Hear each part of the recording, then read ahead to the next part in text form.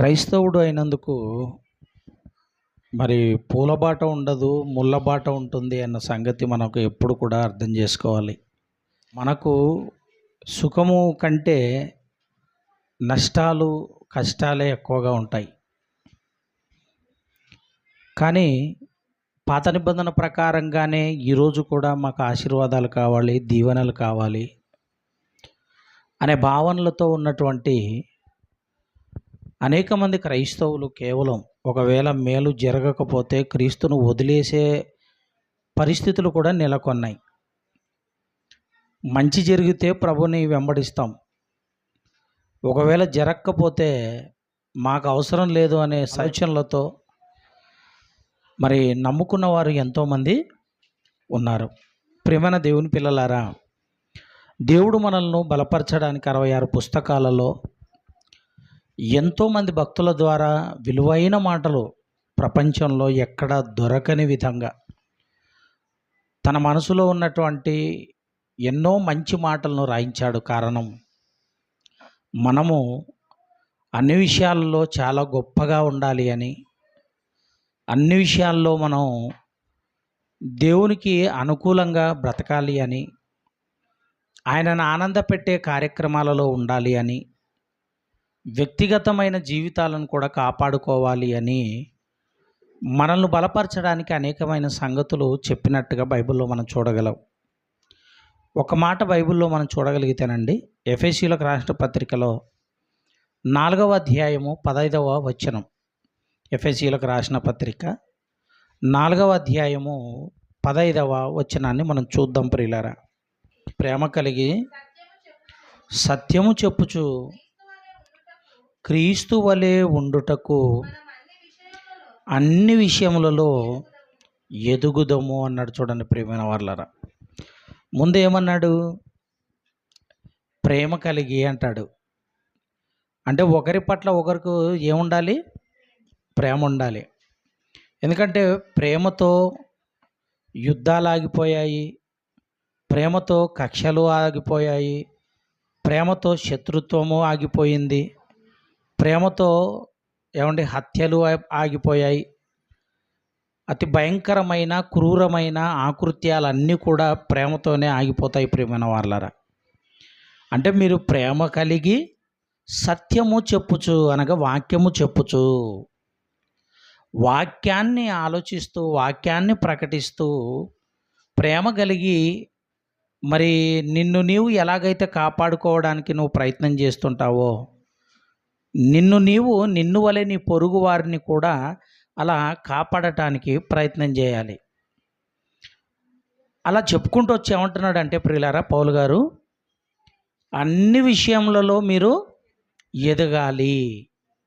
ప్రేమ విషయంలో ఎదగాలి, దీర్ఘశాంతంలో ఎదగాలి. ఈ ఆత్మఫలాలు ఏవైతే ఉన్నాయో వాటన్నింటిలో మనం ఎదగాలి. అలా ఎదుగుతూ సత్యాన్ని చెబుతూనే ఉండాలన్నమాట.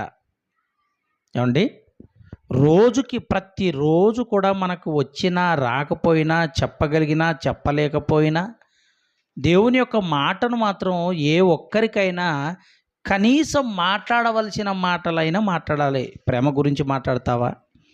దీర్ఘశాంతం గురించి మాట్లాడతాడా? దయాళుత్వం గురించి మాట్లాడతారా? కనికరం గురించి మాట్లాడతారా? కరుణ గురించి మాట్లాడతారా? మీరు ఆలోచించండి ప్రియులారా.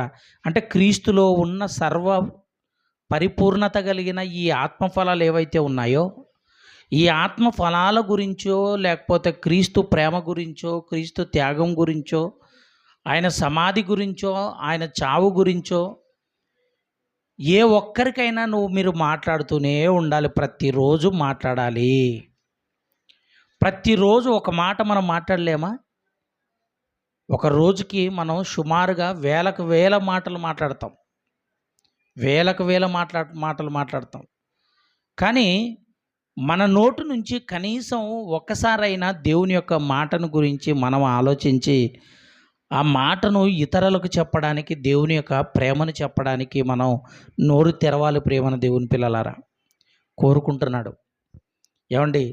ఇప్పుడు పాత నిబంధనలో దేవుడు ఆశీర్వదిస్తే ఒక సొలొమోను గారి గురించి కానీ, ఒక దావీదు గారి గురించి కానీ, ఏమండి ఒక అబ్రహాము గారి గురించి కానీ, ఇసాకు గురించి, యాకోబు గారి గురించి కానీ చదవగలిగితే దేవుడు ఆశీర్వదించాడు అంటే ఒక స్థానం, ఒక ఉన్నతమైన స్థానం. దేశాలను సైతం అప్పగించాడు దేవుడు. దేశాన్నే, దేశ భూభాగాన్నే మరి అప్పగించాడు దేవుడు భక్తులకు. అలాంటిది ఈరోజు మరి ఆ ఆశీర్వాదం మనకు కావాలని కోరుకోవటంలో నిజంగా క్రొత్త నిబంధనలో, లేకపోతే మరియమ్మ ఏ ఏ నిబంధనకు లోబడినదై ఉంది అని అంటే క్రొత్త నిబంధన కాలంలో ఉంది. యేసుక్రీస్తు వారి యొక్క రాకడ, యేసుక్రీస్తు వారి యొక్క రాకడతో మరి క్రొత్త నిబంధన అనేది పూర్తవుతుంది. కాబట్టి క్రొత్త నిబంధన ప్రకారంగానే మీరు బ్రతకాలి అని అన్నాడు. ఎందుకు క్రొత్త నిబంధన ప్రకారంగా బ్రతకాలి అంటే, పాత నిబంధనలో ఉన్నటువంటి ఆజ్ఞలను పాటించి వాటిని కొట్టివేసి క్రొత్త ఈవులను మనకు యేసుక్రీస్తు వారు ప్రసాదించారు. క్రొత్త ఈవులను మనకు ప్రసాదించాడు. ప్రేమన దేవుని పిల్లలారా, ఒక స్త్రీని దేవుడు దీవించాడు. ఒక స్త్రీని దేవుడు దీవించాడు. ఆమెనే యేసుక్రీస్తు వారి యొక్క తల్లిగారు మరియమ్మ. యేసుక్రీస్తు వారి యొక్క తల్లిగారిని ఏమని దీవించాడో ఒకసారి, ఆయన పుట్టుక సమాచార దూతలు ఉన్నాయి, యుద్ధం చేసే దూతలు ఉన్నాయి, ఏమండి మరి పొగిడేటువంటి దూతలు ఉన్నాయి, మరి జలముల దేవదూతలు ఉన్నాయి. ఇలా దూతల గురించి మాట్లాడుతూ గాబ్రియేలు అనేటువంటి సమాచార దూత ఒకటి ఉందండి. గాబ్రియేలు అనేటువంటి సమాచార దూత. ఈ సమాచార దూత అయిన గాబ్రియేలు ఏమని యేసుక్రీస్తు వారి గురించి దేవుడు గాబ్రియేలు గారి ద్వారా, గాబ్రియేలు దూత ద్వారా, దేవదూత ద్వారా ఏమని పలికించాడు ఒకసారి లూకా సువార్త 1వ అధ్యాయము 42వ వచనం. స్త్రీలలో నీవు ఆశీర్వదింపబడిన దానవు, నీ గర్భఫలము ఆశీర్వదింపబడిన దానవు. నా ప్రభువు తల్లి నా యొద్దకు వచ్చుట నాకు ఎలాగు ప్రాప్తించను? ఇదిగో ఈ శుభవచనము నా చెవిన పడగానే నా గర్భంలోని శిశువు ఆనందముతో గంతులు వేశను అన్నాడు. చూడండి, అంటే స్త్రీలలో నీవు ఆశీర్వదింపబడిన దానవు అంటే స్త్రీలలో నీవు ఆశీర్వదింపబడిన దానవు అని గాబ్రియేలు దూత మరియమ్మతో మాట్లాడుతుంది. అప్పటికి పెళ్ళయిందా అంటే పెళ్ళి కాలేదు. ఈ గాబ్రియేలు దూత ముందుగానే చెప్పింది, ఇదిగో నువ్వు స్త్రీలలో ఆశీర్వదింపబడిన దానవు. అంటే అప్పటికి ఎంతోమంది యవనస్తురాలుగా ఉన్నారు. వాళ్ళలో పవిత్రత కలిగినటువంటి స్త్రీలలో దేవునికి ఎవరు కనబడ్డారు? మరియమ్మ కనబడింది. అందుకే ముందే తనకు మరి ధైర్యాన్ని ఇవ్వడానికి ముందే దూత ద్వారా ఈ మాటలు పలికిస్తున్నాడు. స్త్రీలలో నీవు ఆశీర్వదింపబడిన దానవు అంటే ఆశీర్వాదము అనేది స్త్రీలలో అందరి గురించి ఆలోచించకుండా కేవలం మరియమ్మ దగ్గరికే దూతను పంపించాడు. మరి దేవుడిచ్చిన ఆశీర్వాదం ఎలా ఉండాలి లెక్కకి? మరి నిజానికి ఆశీర్వాదము ఎలా ఉండాలి అంటే, ఇటు భర్త నుంచి కష్టం రాకూడదు, తల్లిదండ్రుల నుంచి కష్టం రాకూడదు, ఆర్థిక సమస్యలు రాకూడదు, కుటుంబ సమస్యలు రాకూడదు, ఎలాంటిది ఇబ్బంది లేకుండా చక్కగా మంచి భర్త రావాలి, భక్తిగల కుటుంబం రావాలి.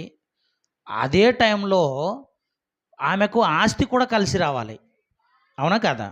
ఆస్తి కలిసి రావాలి, ఇటు కుటుంబ పరంగా బాగుండాలి, ఏమండి ఇటు సమాజం పరంగా బాగుండాలి.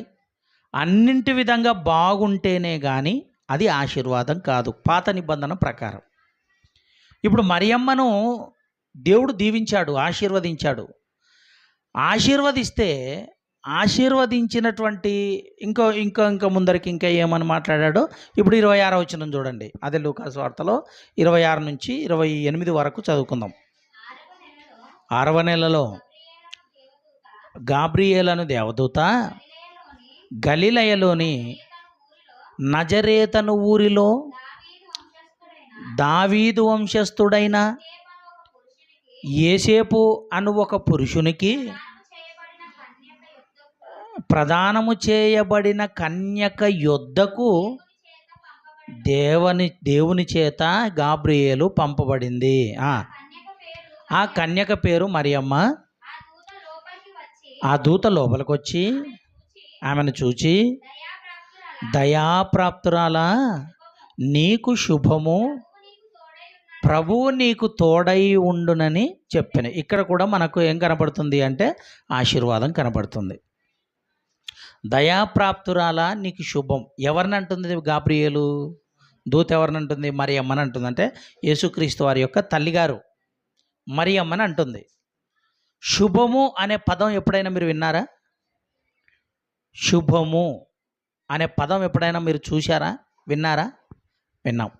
ఏంది శుభం అంటే? మంచి జరగాలి అని. ఓకే. మరి శుభము అనే పదం మనం ఇంకో చోట కూడా చూస్తుంటాం. ఎక్కడ చూస్తాం? సినిమా చూస్తున్నాం అనుకోండి, నువ్వు ఏ సినిమానన్నా చూడు, ఏ ఛానల్ అన్నా పెట్టుకో, ఏ సినిమానన్నా చూడు, అంతా మరి క్లైమాక్స్ అంతా అయిపోయిన తర్వాత అందరికీ ఏమొస్తుంది? శుభం. శుభం అంటే అర్థమైంది? శుభం అంటే ఏదో మంచి జరుగుతుందని అందరూ అనుకుంటున్నారు. కానీ దీని ప్రకారంగా చూస్తే శుభము అంటే అర్థం ఏంటో తెలుసా? సినిమా అయిపోయింది అని అర్థం, ఇంకా బయటికి వెళ్ళిపోండి అని అర్థం, లేదంటే ఛానల్ కట్ చేయండి అని అర్థం. అంతేనా? శుభము అంటే అయిపోయింది అని అర్థం. ఇప్పుడు మరియమ్మ జీవితం కూడా, అమ్మ ఆశీర్వాదం అని నువ్వు అనుకుంటున్నావు, నీ పని అయిపోయింది. ఇక నుంచి నీ పరిస్థితి ఎలా ఉంటుందంటే, దయాప్రాప్తురాలా నీకు శుభము, ప్రభువు నీకు తోడై ఉన్నాడు. అంటే నీ పని అయిపోయింది, అయినా నీకు దేవుడు తోడుగా ఉంటాడు అని చెప్పింది. తోడుగా ఉంటాడు. మరి తోడుగా ఉండు, మరి నీకు దేవుడు తోడుగా ఉంటాడు, నీకు శుభము అని చెప్పాడు, నువ్వు ఆశీర్వదింపబడినదా నువ్వు అని చెప్పాడు.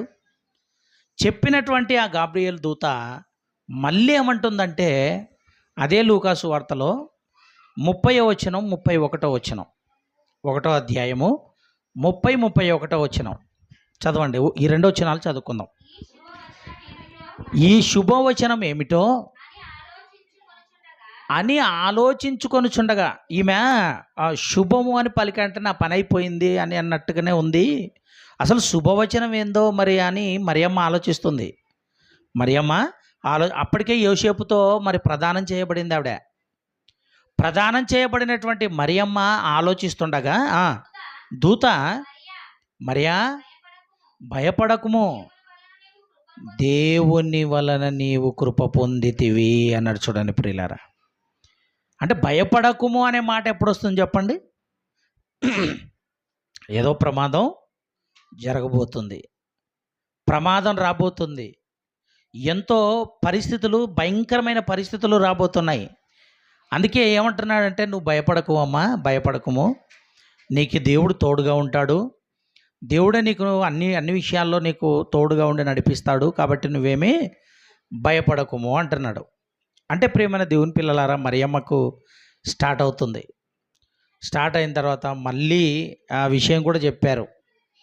ఏమని చెప్పాడంటే, ఇదిగో అమ్మా, నీవు గర్భవతి అవుతావు, రాజ్యభారం అంతా అతని మీద ఉంటుంది, కుమారుని కంటావు, ఆయనకు నువ్వు యేసు అని పేరు పెట్టాలి, ఆయన గొప్పవాడై సర్వోన్నతుడైన కుమారుడని అనబడును, ప్రభు అయిన దేవుడు ఆయన తండ్రి అయిన దావీదు సింహాసనమును ఆయనకు ఇచ్చును అన్నాడు. అంటే విషయం చెప్పాడు కదా, నీవు గర్భవతి అవుతావు. అంటే గర్భం ఎప్పుడు ధరిస్తుందో తల్లికి తెలుస్తుందా? ఏమంటే తెలుస్తుందా? ఎప్పుడు తెలుసాలన్నా అప్పుడే తెలుస్తుంది. కానీ గర్భంలోకి వెళ్ళిన తర్వాత, అండం విడుదలైన తర్వాత, ఆ అండంలోకి ఎప్పుడైతే ఈ కణం అనేటువంటి ఈ శుక్రకణం ఎప్పుడైతే వెళ్తుందో అప్పుడు ఫలదీకరణం చెంది గర్భం ఏర్పడుతుంది గర్భసంచిలో. అంటే ఇదంతా కూడా రహస్యం. ఇది దేవునికే తెలుస్తుంది, ఇంకెవరికి తెలదు. దేవుని పిల్లలారా, ఎప్పుడు ఇలా జరుగుతుందో తెలియదు గనుక ముందుగానే దూత చెప్పాడంటే, భయపడొద్దు, నువ్వు ఇలా అవుతావు అని. అప్పటి నుంచి స్టార్ట్ అయింది మరియమ్మకు. ఏమని మరియమ్మకు స్టార్ట్ అయిందంటే, కేవలం ఎంగేజ్మెంట్ అయిపోయింది యోసేపు గారి ద్వారా. యోసేపు గారితో నాకు ఎంగేజ్మెంట్ అయిపోయింది. ఇప్పుడు గర్భవతినని ఒకవేళ తెలిసిపోతే పరిస్థితి ఏంటి? దూత చెప్పింది కాబట్టి మరియమ్మ అయినా ఊరుకుంది, కానీ దూత చెప్పగలేదనుకోండి, గర్భవతి అయిన తర్వాత ఎలా ఉంటుంది పరిస్థితి? ఒక స్త్రీకి, ఒక కన్యకు ఏమండి, మరి పురుషుని యొక్క టచ్చింగ్ లేని పరిస్థితుల్లో మరి గర్భవతి అయ్యింది అంటే ఒక స్త్రీ, కన్యక అయినటువంటి స్త్రీకి ఎంత భయంకరమైన పరిస్థితి ఉంటుంది, ఎంత వేదనకరమైన ప్రతికూల పరిస్థితులు ఉంటాయి. ఓకే, ఇలా జరిగిన తర్వాత మళ్ళీ దేవుడే బాధ్యత తీసుకొని ఏం చేశాడు అని అంటే, ఈలోపు యోసేపుకు తెలిసిపోయింది. యోసేపుకు తెలిసిన తర్వాత ఎలాగూ పెళ్లి కాలేదు కదా, నిన్ను మంచి అని చెప్తున్నారు, మరి యోసేపు నీతిమంతుడు కాబట్టి ఆమెను అవమానపరిచి ప్రజలందరికీ తెలిసే విధంగా నిన్ను మాట్లాడి అవమానపరిచేదానికంటే రహస్యంగా ఆమెను విడనాడాలని అనుకున్నాడు. ఏం చేశాడు? రహస్యంగా ఆమెను వద్దని చెప్పాలనుకున్నాడు. కానీ ఎప్పుడైతే దూత చెప్తుందో అప్పుడు అర్థం చేసుకున్నాడు. అంటే ఇదంతా కూడా దేవుని యొక్క పరిమితిలో జరుగుతుంది, ఆయన పరిగణలో జరుగుతుంది, ఆయన యొక్క పర్యవేక్షణలో జరుగుతుంది అని ఎప్పుడైతే ఆలోచించుకున్నాడో పెళ్ళికి కూడా సిద్ధపడ్డాడు. ఆయన పెళ్ళికి సిద్ధపడ్డాడు. అయితే ఇక్కడ ఒకటి ఆలోచించాలి. ఎంతవరకు ఆయన పెళ్లి చేసుకోకూడదు మరియమ్మను అని అంటే, గర్భవతిగా ఉన్నటువంటి మరియమ్మ శిశువును కనేంత వరకు మరి మరియమ్మను పెళ్లి చేసుకోకూడదు, మరియమ్మ దగ్గరికి వెళ్ళకూడదు. ఏమండి? ఎందుకంటే ఒక పవిత్రుడు ఈ లోకానికి రాబోతున్నాడు, పరిశుద్ధుడు రాబోతున్నాడు. కనుక పరిశుద్ధుడు రాబోతున్నటువంటి సమయంలో నేను ఎలాంటి ఆకృత్యాలు చేయకూడదు, ఎలాంటి పరిస్థితులు నెలకొల్పకూడదు అని యోసేపు గారు తనలో తాను అనుకొని మరలా అడ్జస్ట్ అయిపోయాడు. అలా అడ్జస్ట్ అయిపోయిన తర్వాత ఎప్పుడు గర్భం ధరించిందో తెలియదు. గర్భమేమో ఇప్పుడు మరి గర్భం ధరించిన తర్వాత ఏ స్త్రీకైనా కడుపు ఊరుకుంటుందా? నెలలు గడిచే కొద్దీ, రోజులు గడిచే కొద్దీ ఎలా ఉంటుంది కడుపు ముందుకు?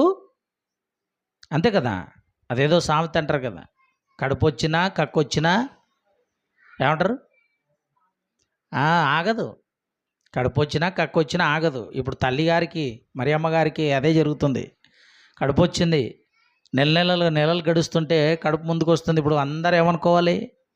పెళ్ళి కాలేదు కదా, ఇంకా యోసేపు దగ్గరికి వెళ్ళలేదు కదా, ఏంటి అసలు ఏంది ఇది?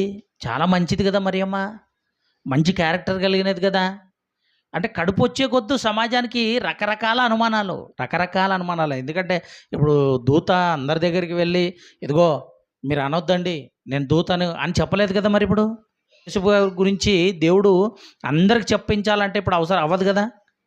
కాబట్టి ఇప్పుడు అంతా కూడా జరిగిపోతుంది. అలా జరిగిపోయిందా? ఓకే, మంచిది. ఇంకా అంతా జరిగిపోతుంది. యేసుక్రీస్తు వారిని కన్న తర్వాత పెంచుతున్నారు. యేసేపు గారు కూడా తన కొడుకుగానే స్వీకరించి పెంచుతున్నాడు. అయితే ఒకటి, ఈయన పెంచేటప్పటికే దేవదూత చెప్పింది, యోసేపు గారికి కూడా దేవదూత చెప్పింది, ఇదిగో మరియమ్మ కడుపులో నుంచి ఒక శిశువు పుట్టబోతున్నాడు, నువ్వేమి ఇబ్బంది ఏం పడొద్దు, ఇదంతా కూడా దేవుని ప్రణాళిక, ఆయన ఆలోచన, ఆయన సంకల్పం ఉంది, కాబట్టి నువ్వేమీ ఇబ్బంది ఏం పడొద్దు అని చెప్పి యోసేపు గారికి కూడా ముందే ఎంత ధైర్యం చెప్పినా చేసుకుపోయే స్త్రీ ఇలా ఉంటుంది అని అంటే ఎలా ఉంటుంది చెప్పండి ప్రియులారా? ఆలోచించండి. ఎలాగైనా కూడా కాస్త అనుమానమే కదా, ఎందుకంటే మనిషి కదా, కళ్ళ ముందు కనబడుతున్నప్పుడు ఇప్పుడు అనుమానించక ఎలా ఉంటాడు, బాధపడక ఎలా ఉంటాడు? ఏది ఏమైనా శిశువు పుట్టాడు, అలా పుట్టి పెంచుతున్నారు. 12 ఏళ్ళు వచ్చాయి. 12 ఏళ్ళ వయసు వచ్చేంత వరకు కాస్త మరియమ్మ గారికి కొంచెం నిమ్మలంగా ఉంది. ఇంకా ఆ తర్వాత ఇంకా స్టార్ట్ అవుతుంది. ఆల్రెడీ ఆమె గర్భం ధరించి మరి కడుపు పెరుగుతున్న సమయంలో అందరూ అనుమానిస్తున్నారు. కానీ కన్న తర్వాత ఏం జరుగుతుందంటే 12 ఏళ్ల వయసులో పండగను ఆచరించడానికి వెళ్ళిపోయారు. యెరూషలేము దేవాలయం దగ్గరికి వెళ్ళిపోయారు. ఎందుకంటే అది వాడుక చొప్పున జరుగుతుంది గనక పస్కా పండుగను ఏదో మొత్తానికి పండుగను ఆచరించడానికి వెళ్ళారు. అలా వెళ్ళిన తర్వాత మరి కుమారుడు 12 ఏళ్ల వయసు పిల్లగాడు మరి ఎంబడున్నప్పుడు చేయి పట్టుకొనో వెళ్ళాలి, లేదంటే చూసుకుంటున్నానో వెళ్ళాలి. మర్చిపోయి వెళ్ళిపోయారు. వెళ్ళిపోయిన తర్వాత 3 రోజుల ప్రయాణం కట్టారు. చాలా దూరం 3 రోజుల్లో చాలా దూరం వెళ్ళిపోయారు. కుమారుడు జ్ఞాపకానికి వచ్చాడు. ఎక్కడ అని వెతుక్కుంటూ మళ్ళీ ఆడికి దేవాలయం దగ్గరికి వెళ్తే మరి దేవాలయంలో యూదా మతస్థులు, ఇశ్రాయేళ్ల పెద్దలు అందరూ కూడా కూర్చొని, అంటే ప్రబోధకులు వాళ్ళంతా, అర్థమవుతుందా మీకు? ప్రబోధకులు అంటే వాక్యాన్ని చెప్పేవాళ్ళు వీళ్ళు. మరి వాళ్ళ మధ్య చాలా పెద్దవాళ్ళు ఉన్నారు, వాక్యం తెలిసిన వాళ్ళే ఉన్నారు. వారి మధ్య కూర్చున్నారు. ఎందుకంటే అప్పటికి అర్థమైపోయింది ప్రభువుకు. ఎందుకంటే కారణజన్ముడు కదా ఆయన. లోక కళ్యాణం కోసం తన ప్రాణాన్ని పెట్టడానికి వచ్చినటువంటి ఆయన స్టార్ట్ చేయాలి ఇక పనిని. అలా వాళ్ళ మధ్య కూర్చున్న తర్వాత వాళ్ళకి మరి ప్రశ్నలు వేస్తున్నాడట, సమాధానాలు చెప్తున్నాడట. ప్రశ్నలు వేస్తున్నాడట, సమాధానాలు ఆయన్ని ఇంకెవరు చెప్పలేకుంటున్నారు. 12 ఏళ్ల వయసులో ఎప్పుడు ఎక్కడ వినని సంగతులు ఇతని నోటి నుంచి ఎలా వస్తున్నాయి? ఎందుకు ఈయన ప్రశ్న వేస్తున్నాడు? మేమెవ్వరని చెప్పలేకుంటే మళ్ళీ ఆయన్నే సమాధానం చెప్తున్నాడు. అలా జరుగుతుంది. అక్కడ సన్నివేశం అంతా కూడా జరుగుతుంది. అలా జరుగుతున్నప్పుడు వీళ్ళందరూ వచ్చారు. అలా వచ్చి, నాయనా ఎక్కడికి వెళ్ళావు? ఎందుకు మమ్మల్ని బాధ పెడుతున్నావు? ఎందుకు బాధ పెడుతున్నావు మమ్మల్ని అని అంటే, ఆ సందర్భం ఒకసారి చూద్దాం. లూకాసు వార్త 2వ అధ్యాయము 48వ వచనం నుంచి. లూకాసు వార్త 2వ అధ్యాయము 48వ వచనం నుంచి. ఆయన తల్లిదండ్రులు ఆయన చూచి మిక్కిలి ఆశ్చర్యపడిరి. ఆయన తల్లి, కుమారుడా, మమ్మును ఎందుకు ఇలాగు చేసితివి? ఇదిగో నీ తండ్రియు నేనును దుఃఖపడుచు నిన్ను వెదుకుచుంటిమని యేసుక్రీస్తు వారితో చెప్తున్నారు. ఆయన, మీరేలా నన్ను వెతుకుచున్నారు? నేను నా తండ్రి పనుల మీద ఉండవలనని పబ్లిక్లో చెప్పాడు ఆయన. ఇప్పుడు బెత్లెహేము గ్రామం నుంచి పండగను ఆచరించడానికి యెరూషలేము పట్టణానికి వచ్చారు. యెరూషలేము మందిరం దగ్గరికి వచ్చారు. కేవలం వీళ్ళే వచ్చారా? బెత్లెహేము గ్రామములో ఇశ్రాయేలీయులు, యోధులు అందరు కలిసి వచ్చారు. పండగను ఆచరించడానికి అందరు వచ్చారు అక్కడికి. వాళ్ళ మరి ఇరుగు పొరుగు వాళ్ళు కూడా వచ్చారు. వాళ్ళ ఇంటి పక్కల వాళ్ళు వచ్చారు, ఇంటి ఎదురుగా ఉన్న వాళ్ళు వచ్చారు, పక్క వీధిలో ఉన్న వాళ్ళు వచ్చారు. టోటల్గా యోసేపు గారికి ఎరుకైన వారు, మరియమ్మ గారికి తెలిసిన వారు, అదేవిధంగా వాళ్ళకు కుమారుడుగా యేసుప్రభు పుట్టాడంటే ఆయనకు తెలిసిన వారు అందరు వచ్చారు. అందరి మధ్యలో వీళ్ళు అడిగేసరికి అందరి మధ్యలో ఈయన సమాధానం చెప్పాడు. ఏమని సమాధానం చెప్పాడు? ఇదిగో నేను నా తండ్రి పనుల మీద ఉండాలని మీరు ఎరగరా అన్నాడు. టోటల్గా ఇప్పుడు అక్కడ ఉన్న వాళ్ళకల్లా భయంకరమైన అనుమానం ఏమొచ్చిందో తెలుసా? యోసేపు గారు చేసే పని ఏది? వడ్రంగి పని చేస్తాడు. వడ్రంగి పని అంటే మరి తలుపులు చేస్తారు కదా, కార్పెంటర్ పని. మరి వడ్రంగి పని ఆయన చేస్తుంటే, నా తండ్రి పని ఇక్కడ కూర్చొని మరి బోధకులకే బోధ నేర్పిస్తున్నాడు. బోధకులకే బోధ చెప్తున్నాడు. నా తండ్రి పని అంటే వడ్రంగి పని చేయాలి ఆయన. ఏమన్నా అక్కడ వడ్రంగి పని చేస్తున్నాడా? వాక్యం చెప్తుంటే వాళ్ళ నాన్న పని వడ్రంగి పని కదా, ఈయనేంది నా తండ్రి పనుల మీద ఉండాలని మీరు ఎరగరా అంటున్నాడు అని అక్కడ ఉన్న వాళ్ళు, ఇరుగు పొరుగు వాళ్ళు, ఎదురింటి వాళ్ళు, వెనకింటి వాళ్ళు, అందరూ పక్క వీధి వాళ్ళు అనుమానం స్టార్ట్ అయిపోయింది. ఇక అదేంటి చెప్పు, నువ్వు చేసేది మరి వడ్రంగి పని కదా, మరి నీకేమి, మరి ఆయనేంది, అతనేంది, ఆ పిల్లోడు నీ కుమారుడు మరి ఇలా మాట్లాడుతున్నాడేంటి, నా తండ్రి పని అని సపరేట్గా మాట్లాడుతున్నాడేంటి అన్నప్పుడు వెంటనే ఈయన యోసేపు గారు ఏం చేశాడంటే చాలా ఆవేశంతో మరియమ్మకెళ్ళి చూస్తున్నాడు. ఇక్కడ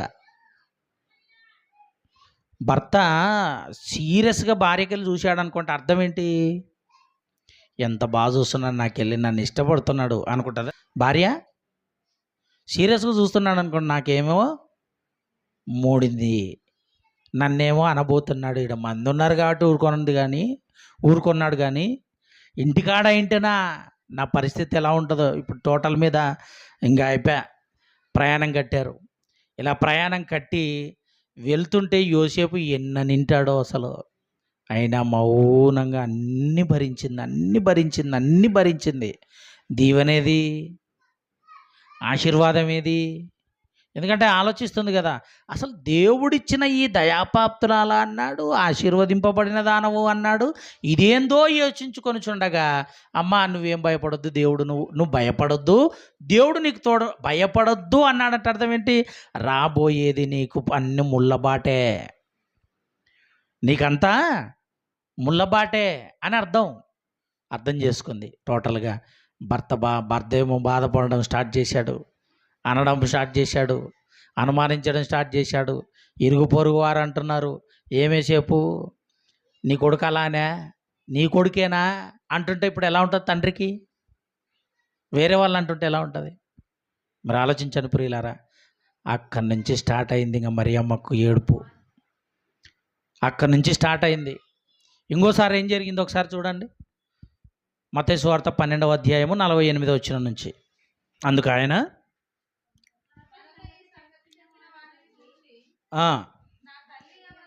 నా తల్లి ఎవరు, నా సహోదరులు ఎవరు అని చెప్పి తన శిష్యుల వైపు చేయి చాపి, ఇదిగో నా తల్లి, నా సహోదరులు, పరలోకమందున్న నా తండ్రి చిత్తము చొప్పున చేయువారే నా తల్లియు నా సహోదరులు అన్నాడు. ఏమండి? అంటే ఇప్పుడు 12 ఏళ్ల వయసులో యెరూషలేము పట్టణంలో ఆయన తప్పిపోయినప్పుడు ఎవరెవరు వెళ్ళారు అంటే, భర్త వెళ్ళాడు, ఈమె వెళ్ళింది. మళ్ళీ రెండవసారి ఇప్పుడు ఎక్కడున్నాడో అని మళ్ళీ యేసుక్రీస్తు దగ్గరికి మరియమ్మ వెళ్తే ఏమనుంది అంటే, యేసుక్రీస్తు వారు తమ్ముళ్ళు ఉన్నారు. అంటే తమ్ముళ్ళు ఎవరు? యోసేపు గారిని పెళ్లి చేసుకున్న తర్వాత, యోసేపు గారు అంటే యేసుక్రీస్తు వారు పుట్టిన తర్వాత మళ్ళీ తమ్ముళ్ళు చెల్లెళ్ళు పుట్టారు ఆయనకు, యోసేపు గారికి. తల్లి పోతూ రే అన్నయ్య ఆడన్నాడో నాకు కూడా తెలియదు, రండి నాతో కూడా రండి ఒకసారి చూసొద్దాం అని అంటే, మరి ఆయన దగ్గరికి వెళ్ళారు. ఆయన దగ్గరికి వెళ్ళినప్పుడు ఏమన్నాడు తెలుసా? అక్కడ కూడా ఒకటే మాట, నా తల్లి ఎవరు, నా సహోదరులు ఎవరు? ఇదిగో ఎవరైతే తండ్రి చిత్త ప్రకారంగా చేస్తారో వాళ్ళే నా తల్లి, నా సహోదరులని శిష్యుల వైపు చూపించి మాట్లాడుతున్నాడు. అలా మాట్లాడుతున్నప్పుడు తన తమ్ముళ్ళైన వారందరికీ అవమానంగా ఫీల్ అయిపోయి తల్లిని ఆడిపోసుకుంటూ ఇంటికి వెళ్ళిపోయారంతా బాధపడుకుంటూ. అమ్మా మేము వస్తామన్నామా, నువ్వే తోడుకొని పోయావు. ఆయనేమో అలా అక్కడ ఆ విధంగా మాట్లాడతాడు, బాధ పెడతాడు. మమ్మల్ని ఎందుకు పిలుస్తావు, ఈ విధంగా పిలుచుకుంటావు, తోడుకొని పోతావు. ఆయననేమో అవమానించినట్టు మాట్లాడతాడు, మేము బాధపడుకుంటూ ఇంటికి రావాలి. అంటే ఇప్పుడు యోసేపు వచ్చాడు వాళ్ళంబడి? ఎందుకు రాలేదు? ఆల్రెడీ ఆయనకి పడింది. మళ్ళీ ఇప్పుడు ఈసారి ఎవరికి పడింది? తమ్ముళ్ళకి పడింది. అంటే మధ్యలో ఎవరు నలుగుతున్నారో తెలుసా? ఆయనకి వీళ్ళకి టోటల్ తల్లిగారే. మరియమ్మనే నలుగుతుంది, కళ్ళ నీళ్ళు అసలు ఏడుస్తూ ఆమె ఎప్పుడైతే గర్భం ధరించిందో, సమాజం నుంచి, భర్త నుంచి, తర్వాత పుట్టిన కుమారుల నుంచి, మరి కుమార్తెల నుంచి బాధ, ఏడుపు. ఆయనేమో దయాప్రాప్తురాలా నీకు శుభము అని ఆయన చెప్పిపోయినాడు. ఆశీర్వాదం అంటే ఇప్పుడు కష్టాలు వస్తున్నాయా, మరియమ్మకు మరి సుఖం వస్తుందా? క్రొత్త నిబంధన ప్రకారం క్రీస్తును నమ్ముకుంటే అందరికి వచ్చేదేంటి? సుఖం కాదు, ముళ్ళబాటే, పూలబాటేమీ ఉండదు. కాలేజీ తీసుకున్న దగ్గర నుంచి ఆ రోడ్డు మీద వస్తుంటే నడుము నొప్పులు, ఒళ్ళు నొప్పులు, కాళ్ళ నొప్పులు. ఆయన రావాల్సిందే. ఎంత బాధ ఉన్నా కరెంట్ ఉండదు, ఏముండదు. ఆ రోడ్డు మీద రావాల్సిందే, బాధలు పడుకుంటూ రావాల్సిందే, మనుషులను ఎక్కించుకొని రావాల్సిందే. కొందరైతే లేట్ చేస్తుంటారు, వాళ్ళ గురించి మానసికంగా మనం బాధపడాల్సిందే. బాధ ఇంకా ముందుకు చెప్తాను, ఇంక బాగుంటుంది. యోహాను సువార్త 19వ అధ్యాయము. యేసుప్రభు వారు శిలువ మీద ఉన్నాడు. శిలువ మీద ఉంటే మరి ఆయన దగ్గర, మరి ఆమె ఇంటి దగ్గర తన తమ్ముళ్ళైన వారందరినీ పిలిచింది. నాయనా, మీ అన్న రోమా ప్రభుత్వం అంతా కూడా తీసుకొని పోయి శిలువ మరణాన్ని, అంటే మరణశిక్షను విధించింది. ఎక్కడ? శిలువ మీద. మరి శిలువ మీద మరణశిక్షను విధిస్తుంటే మరి మనం పోకపోతే ఎలానైనా? అదేమైనా శుభసూచికనా? ఏమండి? బాధపడుకుంటూ ఏడుచుకుంటూ అడుగుతుంటే ఎవ్వరు వచ్చలేరు. భర్త రాలే, తమ్ముళ్ళు కొడుకులు రాలే, కానీ ఈమె మాత్రం ఒక్కతి వెళ్ళిపోయింది. వెళ్ళిపోయి కళ్ళ ముందు కొరడాలతో కొడుతున్నారు, కళ్ళ ముందు మేకులు దింపుతున్నారు, కళ్ళ ముందు ముళ్ళ కిరీటం పెడుతున్నారు. ఆ బాధంతా భరిస్తూ కళ్ళ నీళ్ళు ఏమండి ఏరులై పారిపోతుంది. మరియమ్మ గారికి కళ్ళ నుండి ఏరులై పారిపోతుంది నీళ్ళు. ఏడుస్తూ ఏడుస్తూ ఏడుస్తూ ఆ శిలువ మీద ఉంటూ యేసుప్రభు బాధ్యత కలిగిన కుమారుడిగా, తన ఆ బాధ్యత కలిగిన కుమారుడిగా తల్లిని చూసుకునే పద్ధతిలోనండి ఏమన్నాడో తెలుసా? ఒకసారి చూద్దాం. యోహాను సువార్త 19వ అధ్యాయము 26-27 వచనాలు. యేసు తన తల్లియు తాను ప్రేమించిన శిష్యుడును దగ్గర నిలిచియుండుట చూచి, అమ్మా, ఇదిగో నీ కుమారుడు అని తన తల్లితో చెప్పాను. తర్వాత శిష్యుని చూచి, ఇదిగో నీ తల్లి అని చెప్పాను. మీరు ఆలోచించండి ప్రియమైన దేవుని పిల్లలారా. యేసుప్రభు వారికి సీన్ అర్థమైపోయింది. అంటే తమ్ముళ్ళు రాలే, మరి భర్త రాలే. ఏమండి? మరియమ్మ గారి కుమారులు రాలే, భర్త రాలే. ఎవరు రాలే అంటే ఇంటికాడ మరి ఈమెకి ఏం జరిగింటో తెలుసా? మంచి సన్మానమే జరిగింటుంది. నీవు గాన మమ్మల్ని అవమానించిన ప్రభువు దగ్గరికి, ఆయన దగ్గరికి నువ్వు గాన వెళ్ళావు అని అంటే ఈ ఇంటికి రావడానికి వీల్లేదు. యోసేపు గారు అదే అన్నాడు, ఆయన కొడుకులు అదే అన్నారు, నువ్వు అసలు ఈ ఇంటికి రావడానికి వీల్లేదు, అమ్మా నువ్వు వెళ్ళిపో. ఆ ముసలి వృద్ధాప్యంలో మరియమ్మ గారు ఏమండి అలాగే బాధపడుకుంటూ వెళ్ళిపోయింది. కొండెక్కింది. యేసుక్రీస్తు వారిని సిలువేసిన కొండెక్కింది. ఆయనతో పాటు ఏడ్చుకుంటూ కొండెక్కింది. కళ్ళ ముందే జరుగుతుంది సీన్ అంతా. కుమారుడు బలైపోతుంటే తల్లికి ఎంత ఘోరంగా ఉంటుందో తెలుసా? ఒక ఎగ్జాంపుల్ నేను గతంలో చెప్తుంటే, ఏమండి, ఒక చెట్టు మీద పక్షి గూడు తయారు చేసుకొని పిల్లల్ని కంటుంది, గుడ్లు పెట్టి పిల్లల్ని లేపుతుంది, పిల్లల్ని కంటుంది. పిల్లల్ని కన్న తర్వాత క్రింది నుంచి ఒక సర్పం అలాగ చెట్టు మీదకి పైకి వస్తుంటుందండి. అలా పైకి వస్తున్నప్పుడు అండి ఒక్కొక్కరిని ఒక్కొక్క పక్షి పిల్లను మింగేస్తుంటుంది. అలా మింగేస్తుంటే మరి తల్లి పక్షి ఉంది కదా, ఈ తల్లి పక్షి రెక్కలు కొట్టుకుంటూ అక్కడక్కడే తిరుగుతుంటుంది. చూసి బాధపడుకుంటా, వేదన చెందుకుంటా, అవసరమైతే కొన్నిసార్లు ఒక ధైర్యం చేస్తుంటుంది. ఏమని ధైర్యం చేస్తుంది తెలుసా? నోటితో కుక్కడానికి దగ్గరికి వెళ్తుంటుంది. మళ్ళీ ఇది తన నోట్లో పడింది అనుకోండి, ఇది కూడా చనిపోతుంది.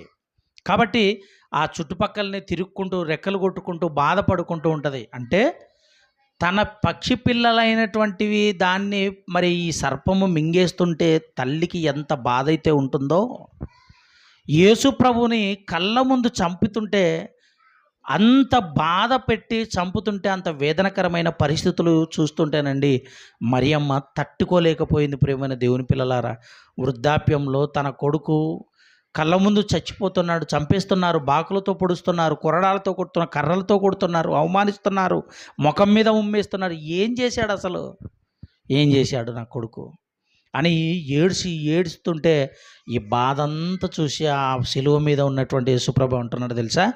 ఇదిగో యోహాను గారు, తను ప్రేమించిన శిష్యుడు యోహాను గారు, అక్కడ యోహాను గారిని చూసి, ఇదిగో నీ తల్లి ఈమెనే, ఇక నుంచి చూసుకోవాల్సింది నువ్వే. మరి యోసేపు ఎక్కడికి వెళ్ళాడు? ఇంకా మిగిలిన కుమారులు ఎక్కడికి వెళ్ళారు? రాలేదు. ఆయన శిలువ మీద చనిపోతున్నప్పుడు వాళ్ళు రాలేదు. కానీ ఆ తల్లిని ఎవరికి అప్పగించాడు? తన శిష్యుడైన యోహాను గారికి అప్పగించాడు. ఇక నుంచి ఈమె నీ తల్లి, ఇదిగో యోహాను, ఇక నుంచి నువ్వే ఆమెకు కొడుకువు, నువ్వే కొడుకులాగా చూసుకోవాలి అని మరి ఆమెకు అప్పగించి చనిపోయాడు. ప్రియమైన దేవుని పిల్లలారా, ఏమండి, చనిపోయాడు కదా. అంటే ఇప్పుడు యేసుక్రీస్తు వారిని కన్నందుకు, యేసుక్రీస్తు వారిని గర్భాన్న మోసినందుకు, ఆయన నా కొడుకు అని చెప్పినందుకు, చెప్పుకున్నందుకు మరియమ్మ గారికి ఆశీర్వాదం వచ్చిందా? బాధలు వచ్చాయా? అన్నీ బాధలే, నిలువెత్తు బాధలే. ఎప్పుడైతే దేవుడు ఆమెను ఎన్నుకున్నాడో, ఎప్పుడైతే తన గర్భాన్న యేసుక్రీస్తు వారిని పంపించాడో ఒక కత్తి రూపంలో, అప్పటి నుంచి జరిగింది ప్రియమైన దేవుని పిల్లలారా, ఆమెకు బాధ స్టార్ట్ అయింది. అంటే క్రీస్తును మరి గర్భాన ధరించి కన్నందుకు ఆమెకు వచ్చిన వేదన, బాధ అంతా కూడా చూస్తే ప్రియమైన దేవుని పిల్లలారా, ఈరోజు క్రైస్తవుడైనందుకు మనం ఏం కావాలి? మనం క్రీస్తును ధరించాము గనక, గలతీలకు రాసిన పత్రిక 3:27 ఇదిగో మీరందరూ కూడా క్రీస్తులోనికి బాప్తీసం తీసుకున్నారు గనక, క్రీస్తును ధరించుకున్న వారుగా ఉన్నారు గనక, ఇప్పుడు క్రీస్తును మోస్తున్నారు. మీరు క్రీస్తును మోసింది కనుక ఆమెకు అన్ని బాధలే. క్రీస్తును ధరించుకున్నారు, క్రీస్తును మోస్తున్నారు బాప్తీసం ద్వారా. ఎప్పుడైతే మీరు బాప్తీసం తీసుకున్నారో క్రీస్తు మీ మీద, మీరు క్రీస్తును ధరించుకున్నారు అని అర్థం. క్రీస్తును ధరించుకున్నారు. క్రీస్తును ధరించుకున్నారు అంటే ఆత్మఫలాలను ఒకసారి జ్ఞాపకం చేసుకోండి. మనలో ఏం కనపడాలి? ప్రేమ కనపడాలి, సత్యము కనపడాలి, సంతోషం కనపడాలి, సమాధానం కనపడాలి, దయాళుత్వం కనపడాలి, ఇవన్నీ కనపడాలి, ఆశా నిగ్రహం కనపడాలి. అంటే క్రీస్తును ధరించుకున్న మనలో ఎన్ని కనపడుతున్నాయి అని అంటే, ఇవన్నీ కూడా మనం నెరవేర్చాలి అంటే, లేదా వీటన్నింటిని కూడా మనం కనపరచాలి అంటే పేతురు గారు ఒక ఉన్నతమైన మాట చెప్పాడు. ఇదిగో క్రీస్తును ధరించుకున్న వారిలో క్రీస్తు కనబడాలి అంటే మీరేం చేయాలో తెలుసా? పేతురు రాసిన మొదటి పత్రిక 4వ అధ్యాయం 16వ వచనం. ఎవడైనను క్రైస్తవుడైనందంటే క్రీస్తును ధరించుకున్నందుకు బాధ అనుభవించిన ఎడల, బాధ అనుభవించాలి. అంటే మనకి ఇప్పుడు ఆశీర్వాదాలు, అంటే ఆశీర్వాదం ఎలా ఉంది చెప్పండి? యేసుక్రీస్తు వారిని మన కొరకు ఆయన అనుగ్రహించాడు, చూసారా? అదే అన్నింటికంటే పెద్ద ఆశీర్వాదం. ప్రియమైన దేవుని పిల్లలారా, ఎంత భాగ్యవంతులం అండి మనం. యేసుక్రీస్తు వారి యొక్క త్యాగంలో మనందరం కూడా పాలు పంపులు పంచుకుంటున్నాము అంటే ఎంత అదృష్టవంతులం ఒకసారి ఆలోచించండి ప్రియమైన దేవుని పిల్లలారా. ఇదిగో సత్యాన్ని ఎరుగక వాక్యానికి దూరంగా బ్రతుకుతున్న వారు ఎందరో, అజ్ఞాతంలో అంధకారంలో బ్రతుకుతున్న వారు ఎందరో ప్రపంచంలో మనం చూస్తున్నాం ప్రియమైన దేవుని పిల్లలారా. ప్రార్థనలో గడుపుతున్నాము అంటే, వాక్యంలో గడుపుతున్నాము అంటే, సత్యాన్ని ఆలోచిస్తున్నాము అంటే, సత్యాన్ని వింటున్నాము అని అంటే ప్రియమైన దేవుని పిల్లలారా, కాస్తంత బాధను మీరు అనుభవించారు అంటే, ఏమండి, చులకని శ్రమ అన్నాడు. చులకని శ్రమ మనకు వచ్చేదేది? చులకని శ్రమ. అంటే చులకనిది అంటే అర్థం ఏంటి? చాలా చిన్నది. అంత చిన్న శ్రమ. క్రైస్తవుడైనందుకు నీకు వచ్చేది చులకని శ్రమే. అయినప్పటికీ దేవుడు నీకు తోడుగా ఉంటాడు. మరియమ్మకి ఎలాగైతే తోడుగా ఉన్నాడో దేవుడు నీకు కూడా తోడుగా ఉంటాడు గనక, ఇదిగో ఎవడైనను క్రైస్తవుడైనందుకు బాధ అనుభవించాలి. బాధ ఉంటుంది, అవమానాలు ఉంటాయి. ఏమండి, ఇక్కడ ప్రార్థన పెడుతున్నాం, ఎవరో ఒకరు అంటుంటారు కదా అక్క వాళ్ళను, డిస్టర్బ్ అవుతుందని ఎవరెవరు అంటుంటారు కదా అక్క వాళ్ళను. ఇది అవమానమే కదా. ఎవరిని బట్టి? క్రీస్తును బట్టి. క్రీస్తును ప్రేమించాము కనుక అవమానం. క్రీస్తును ఏమండి ఇంట్లో ప్రకటింపజేస్తున్నాం కనుక అది అవమానం. దేవునిలో ఉన్నాము కనుక అవమానం, బాధ. ఇదంతా కూడా బాధ ప్రియమైన దేవుని పిల్లలారా. ఆర్థిక సమస్యలు వస్తాయి, కుటుంబ సమస్యలు వస్తాయి, కుటుంబీకులు మనల్ని దూరం చేస్తారు, కుటుంబీకులే మనల్ని అవమానిస్తారు, బాధలు వస్తాయి. ఈ బాధలన్నీ కూడా అనుభవించాలి. కారణం ఏంటంటే క్రైస్తవుడైనందుకు ఎవడైనానో బాధ అనుభవించాలి. బాధ ఏంటండి?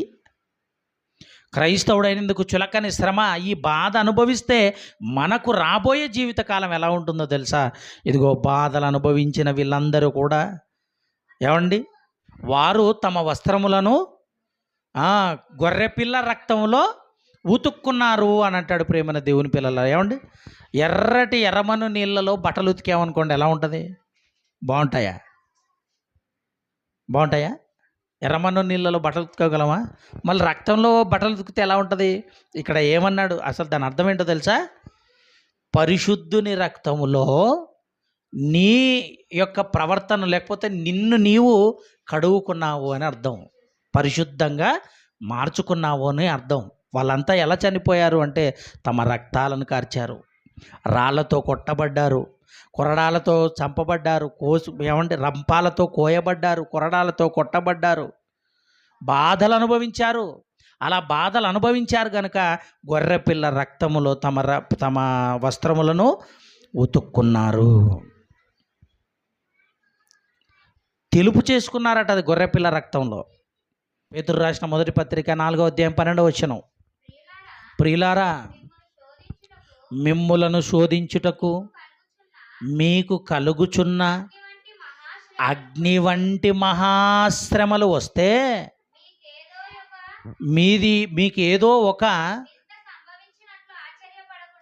మీకు ఏదో ఒక వింత సంభవించినట్టు ఆశ్చర్యపడద్దు.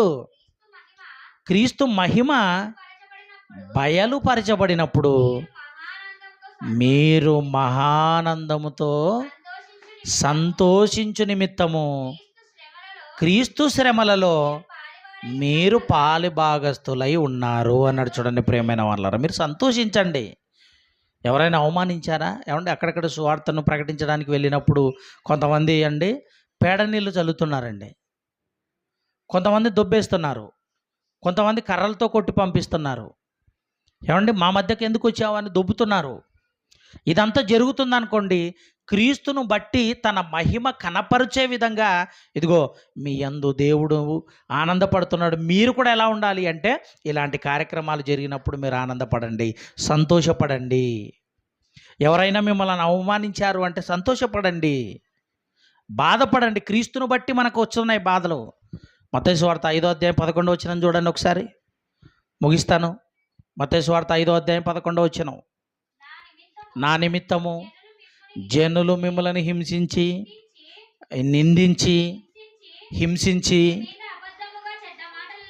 మీ మీద అబద్ధముగా చెడ్డ మాటలు పలికినప్పుడల్లా మీరెవరు ధన్యులు అన్నాడు. చూడండి ప్రేమన దేవుడు, ధనవంతులు కాదు, ధన్యులు. ధన్యత వేరు. ఏమండి, మనకు దేవుడు ఇచ్చేది చాలా గొప్పది ప్రేమన దేవుని పిల్లలారా. చిన్నది భరిస్తే ఏమండి, అప్పుడప్పుడు ఒక మంచి ఉద్యోగస్తుడు అతన్ని ఇంటర్వ్యూ చేస్తుంటారు. అలా ఇంటర్వ్యూ చేస్తున్నప్పుడు ఈ స్థాయికి నువ్వు రావడానికి మీరు ఏం చేశారు అని అడిగినప్పుడు అతను ఏం చెప్తాడో తెలుసా? నేను చిన్నప్పటి నుంచి చాలా శ్రమలు అనుభవించాను, చాలా కష్టాలు పడ్డాను. ఏమంటే చదవటానికి కూడా నాకు ఆర్థికంగా లేవు. అలాంటి పరిస్థితుల్లో కూడా ఆ చదువు మీద కాన్సన్ట్రేట్ చేశాను, ఆసక్తి చూపాను, మంచి చదువు చదివాను, అందుకే నేను ఇంత స్థాయికి వచ్చాను అంటాడు. అంటే లోకపరంగా. కానీ దేవునిలో ఉన్న మనం క్రైస్తవులని చెప్పుకుంటున్నప్పుడు మనకు వచ్చే చిన్న చిన్న శ్రమలు, చిన్న చిన్న బాధలు, ఏ కష్టమైనా రాని, అపవాది మనల్ని ఎంత ఇబ్బంది పెట్టని, కానీ ఆ చిన్న దాంట్లో నువ్వు విజయం పొందావు అంటే రాబోయే జీవితం చాలా గొప్పది ప్రియమైన దేవుని పిల్లల. రాబోయే జీవితం చాలా గొప్పది. యోహాను గారు ఏం చేశారో తెలుసా? ఒకసారి బాప్తిసం ఇచ్చి యోహాను గారు ఏమండి క్రీస్తును అవమానించాడు. నీ కొరకే మేము ఎదురు చూడాలనా, ఇంకెవరికైనా ఎదురు చూడాలనా అని ఒక్కసారి జస్ట్ తన మనసులో అనుమానించాడు. అలా ఎప్పుడైతే అనుమానించాడో పరలోకంలో నీ స్థానం ఎక్కడో మూలకుంటుంది అన్నాడు. కానీ యోహాను గారు దాన్ని కూడా సంతోషపడినట్టే. ఎందుకో తెలుసా? ఏమండి, పరలోకంలో ఏదో ఒక మూలన పడితే చాలు, అగ్నిలో పడి కాలేదానికంటే సమాధానకరమైన లోకంలో ఉండటం మేలు కాదా? చిన్న ఒక మూలకు పడటం మేలు కాదా? ఆలోచించండి ప్రియులారా. కనుక క్రీస్తును ధరించుకున్నందుకు మనకు బాధలే వస్తాయి. పౌలు గారు ఒక మాట మాట్లాడతాడు. ఏమని మాట్లాడతాడంటే, ఒకసారి ఫిలిప్పీలకు రాసిన పత్రిక 3వ అధ్యాయము 10వ వచనం నుంచి, ఏ విధము చేతనైనను, ఏమండి ఎంత మంచి మాట చూడండి ప్రియులారా. పౌలు గారు పలుకుతున్న మాట ఎంత జ్ఞానయుక్తంగా ఉంటుందో మనల్ని అందరినీ కూడా ఏమండి స్థిరంగా బలపరచడానికి మాట్లాడిన మాట ఉన్నతమైన మాట అండి, ఉన్నతమైన మాట. ఏ విధము చేతనైనను మృతులలో నుండి నాకు పునరుత్థానము కలుగవలనని ఆయన అనక యేసుక్రీస్తు వారు మరణ విషయములో సమాన అనుభవము గలవాడనై ఆయనను ఆయన పునరుత్థాన బలమును ఎరుగు నిమిత్తమును ఆయన శ్రమలలో పాలివాడగుట ఎట్టిదో ఎరుగు నిమిత్తమును సమస్తమును నష్టపరచుకొని వాటిని పెంటతో సమానముగా ఎంచుకొనుచున్నాను అన్నాడు. చూడండి ప్రేమన దేవుని పిల్లలారా, క్రీస్తుతో ఏమంటే సమానానుభవం అట. అంటే తను పడిన శ్రమ చిన్నది కాదు ప్రేమన దేవుని పిల్లలారా అంటాడు కదండి కొరింథీ పత్రికలో. అనేక మార్లు కొరడాలతో కొట్టబడితేనే ఏమండి ఎన్ని శ్రమల గురించి రాయించాడు అంటే అవన్నీ చదువుతానండి నిజంగా మనకు ఊపిరాడదు. అన్ని శ్రమలు పడ్డాడు ఆయన. అన్ని శ్రమలు పడినటువంటి ఆయన మాట్లాడుతున్నాడు, ఇదిగో ఏ విధము చేతనైనను నాకేం కావాలి, పునరుద్ధానం కావాలంటే రెండో జీవితం కావాలి. ఆ జీవితంలో అనగా పరలోకంలో నాకంటూ ఒక స్థానం కావాలి. దేవుడిచ్చిన ఆ సింహాసనం లేదా దేవుడిచ్చేటువంటి ఆ కిరీటం నేను కూడా ధరించుకోవాలి. అంటే ఇక్కడ నేను శ్రమ పడాలి. ఆయన శ్రమలలో నేను కూడా పాలిభాగస్తుడనై అన్నాడు. మనల్ని కొడుతున్నారంటే మనల్ని కొడుతున్నట్టు కాదు, క్రీస్తును అవమానిస్తున్నారు అని. ఆయనను నమ్ముకున్నందుకు, ఆయనను ప్రకటిస్తున్నందుకు, ఆయనను ధరించినందుకు మనకు అన్ని కష్టాలు, శ్రమలే, బాధలే, దీవెనలు రావు. కానీ దేవుడు తోడుంటే చాలు. దేవుడు నాకు తోడుంటే చాలు అనుకోవాలి. ఈ కాలంలో మనం చిన్న జీవిత కాలాన్ని ఈ విధంగా యేసుక్రీస్తు వారిని నమ్ముకొని ఆయన కొరకు బ్రతుకుతూ, ఆయన కొరకు ఆలోచిస్తూ, ఆయన కొరకు నిలబడి, ఆయన కొరకు ఇంకొకరిని ఆత్మను రక్షించడానికి మనం చేసే ఈ ప్రయత్నంలో మనకు వచ్చే బాధ చిన్న ఎవడైనను ఏమంటే క్రైస్తవుడు అయినందుకు బాధ అనుభవించాలి. కనుక క్రీస్తును కన్నందుకు మరియకు కన్నీరే, క్రీస్తును ధరించుకున్నందుకు మనకు కూడా బాధలే, కన్నీరే.